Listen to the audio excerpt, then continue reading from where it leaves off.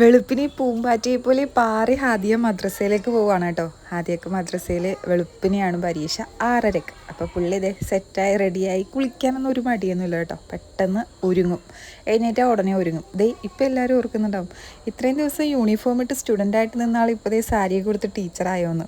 അല്ല കേട്ടോ, ഇന്ന് കോളേജിൽ ചെറിയൊരു പരിപാടിയുണ്ട്. പരിപാടി എന്ന് വെച്ചാൽ November 1 നമുക്ക് കേരളപ്പിറവി. അപ്പോൾ അതിൻ്റെ ഭാഗമായിട്ട് ഞങ്ങൾക്ക് ഇന്ന് എല്ലാവരും കേരളീയ വസ്ത്രത്തിലാണ് കോളേജിൽ ചെല്ലുന്നത്. ഇങ്ങനെ സാരിയൊക്കെ കൊടുത്ത് ഒരുങ്ങി നിൽക്കുമ്പോഴേക്കും പണ്ട് സ്കൂളിൽ പഠിപ്പിക്കാൻ പോയതും BEd പഠിച്ച സമയവും BEdന് പഠിക്കുമ്പോഴേക്കും ഇത് ഇതുപോലെയാണ്, വട്ടി പോലെ സാരിയൊക്കെ കൊടുത്ത്. അന്ന് എനിക്ക് ഇത്രയും വണ്ണമൊന്നുമില്ലായിരുന്നു. വട്ടി പോലെ ഒരുങ്ങിയൊക്കെയായിരുന്നു കോളേജിൽ പോകുന്നത്. ആ പഴയ ഫ്രണ്ട്സിനെയും ശാന്തി മിസ്സിനെയൊക്കെ നന്നായിട്ട് മിസ്സ് ചെയ്യുന്നുണ്ട്.